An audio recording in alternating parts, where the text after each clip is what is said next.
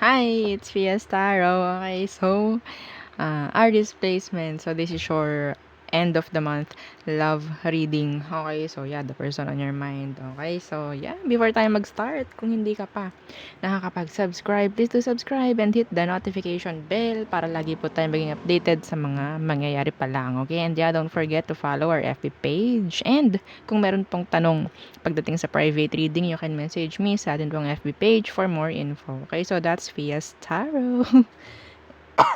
Excuse me. Okay, and yeah, oo, yung friend ko, kung kailangan nyo ng, yeah, yung parang rush-rush na reading, oo. Okay, so, pwede na i-search nyo to, okay, that's kanyang FB page, okay, and, yeah, si Psycho, okay, so, FB page lang tayo, okay, so wait lang po ha. Okay, so, ulitin ko. Yan. Yung kanyang link, okay, nandun sa ating community section. Tingnan nyo na lang po, no? So, may post ako doon ng nakaraang araw ata yun. Yeah. Nandun yung kanyang link. Tingnan nyo na lang po. Okay? So, ito naman. Kilala naman siya. Yung dati kong, tawag dyan, endorse. In-endorse. Okay. So, yan. Okay. Dito na lang muna. Yan. Okay. So, let's start. Aries placements. Okay, the person in your mind. Titingnan natin. Okay, kung ano bang meron na. Okay.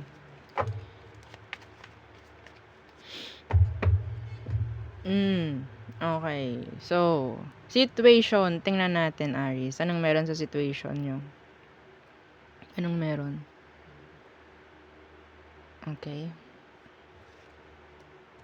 And, and,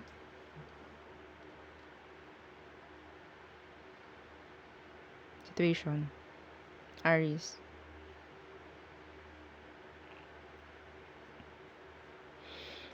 Okay.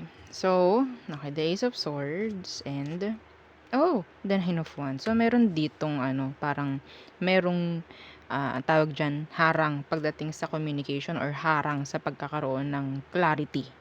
Okay? So, tingnan natin ano bang meron sa taong ito. Meron ditong umiiwas sa pakikipag-usap.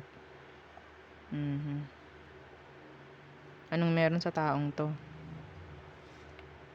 Okay, the Eight of Cups. So, yeah, pwedeng lalayuan ka niya. Yeah, Death in reverse, pwedeng Scorpio. Okay, so nandyan yung hindi pa rin kayo tapos nito. Yes, alam nyo na yan. Okay, so madali ang reading lang. Anong emosyon niya towards you? Anong emosyon ng taong to towards you, Aries?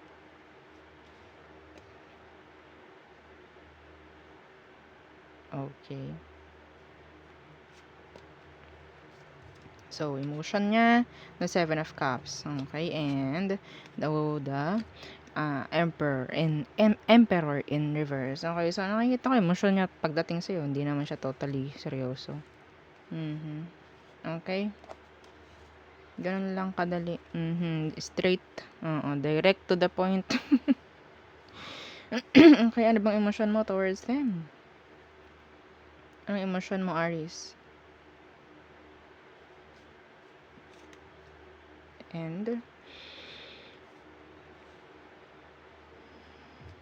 okay, emosyon ng mga Aries, Eight of Pentacles. Okay, so nandyan yung sabihin natin gusto nyo pa rin. Okay, the Three of Pentacles, pero nandyan pa rin yung parang okay, ayoko na, pero gusto ko pa rin. Ayoko na, pero gusto ko pa rin.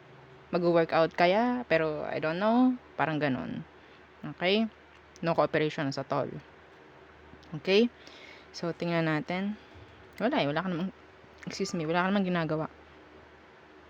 Puro plano lang. Pero puro sablay. Okay. So, tingnan natin. Ano ang next action ng taong to? Pagdating sa'yo. Okay. The Temperance. And the Chariot in reverse. Wala rin siyang gagawin. Wala rin siyang gagawin. Both of you, parang pareho kayong nagtitipidan ng mensahe. Like, kung sino yung pinakatahimik, siya yung pinakamagaling. Mga ganyan.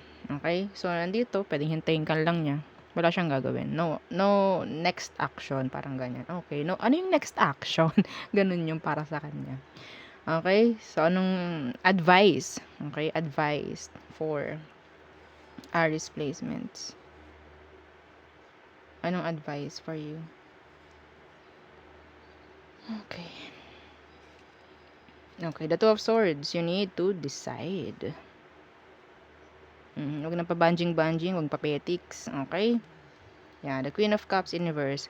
Okay, ang nakikita ko dito, focus muna sa sarili mo. Oo, kasi walang patutunguhan to kung sakaling maghintayan kayo na maghintayan nito. Okay?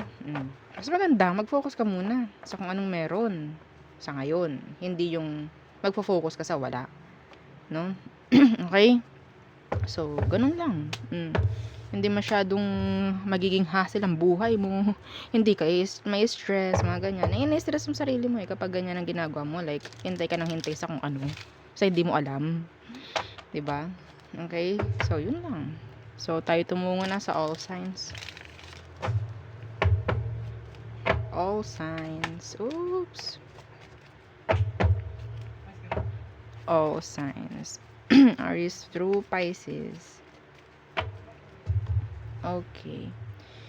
Isang card lang for per zodiac. Okay? Aries. Si Aries, ayaw na niyan drama. Ayaw na niya ng drama. Taurus. So, nahihiya si Taurus na magsabi or kung ano man, like magsalita, makipag-usap sa'yo, mag-express na emotions. Gemini, they want to fix everything. Some of them nag-heal. Some of them gusto ka pa rin. Okay? Cancer. Okay, so nag-i-stalk si Cancer. Like, meron silang mga gustong malaman.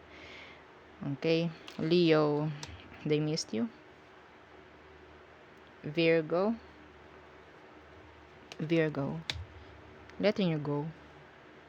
Yeah, nile-let go ka na. Libra. Okay, Libra. Hindi sila nakikipag-usap, nag-isolate. Na-isolate nila yung sarili nila from you, from the situation. Scorpio. May pagbabalik from this Scorpio. Sagittarius.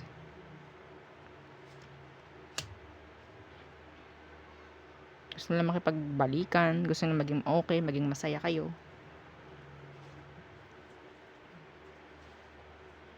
Capricorns.